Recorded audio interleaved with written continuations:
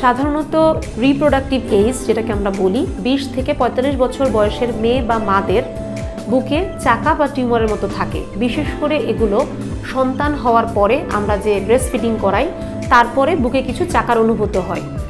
যে চাকা এই রিপ্রোডাক্টিভ এজে যে চাকাগুলো থাকে এগুলো আসলে ক্যান্সার না, এগুলোকে আমরা আমাদের ভাষায় সিস্ট বলি, বা ব্রেস্ট ফিডিং করানোর পরে মায়েদের বুকে যে পরিবর্তন আসে এইটারই একটা রূপ। সুতরাং সবাই এটার সাথে ক্যান্সারকে কিছুটা গুলিয়ে ফেলেন। বুকের চাকা সাধারণত দুই ধরনের হয়, একটাকে বলি আমরা বিনাইন টিউমার বা ফাইব্রো অ্যাডেনোমা। এটা কিন্তু মোটেই ক্যান্সার নয়। এটি আমরা 100 জন মহিলার মধ্যে রিপ্রোডাক্টিভ এজের 70 থেকে 80 জন মহিলাকে এরকম চাকা অনুভূত হতে দেখি। কিন্তু ক্যান্সারের চাকাটা এবং এই সিস্টের মধ্যে মেইন পার্থক্য হচ্ছে সিস্টে ব্যথা থাকবে, ক্যান্সারের চাকায় সাধারণত ব্যথা থাকবে না। এবং এই যে সিস্টগুলো হয় সাধারণত 30 থেকে 45 বছর বয়সের মাদের, এবং ক্যান্সার সাধারণত হওয়ার প্রবণতা 35 থেকে তার ঊর্ধ্বের বয়সের মাদের।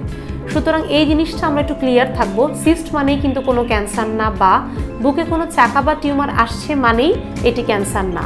সেক্ষেত্রে আমরা একটি সুনির্দিষ্ট আল্ট্রাসোনোগ্রাম করে জেনে নিব যে আমাদের শরীরে এটা ভালো না খারাপ। ভালো হলে আমরা ওষুধপত্র খাবো বা ডাক্তারের যে উপদেশগুলো ওনারা দেয় সেগুলো মেনে চলবো। আর যদি এটিকে আমরা কোনো ক্যান্সারের সম্ভাবনা মনে করি তাহলে আমরা খুব সামান্য এফএনএসি একটি পরীক্ষার মাধ্যমেই জানতে পারি যে এই সিস্ট পরবর্তীতে কোনো ক্যান্সারে রূপান্তরিত হবে কিনা। Brought to you by Beacon Pharmaceuticals.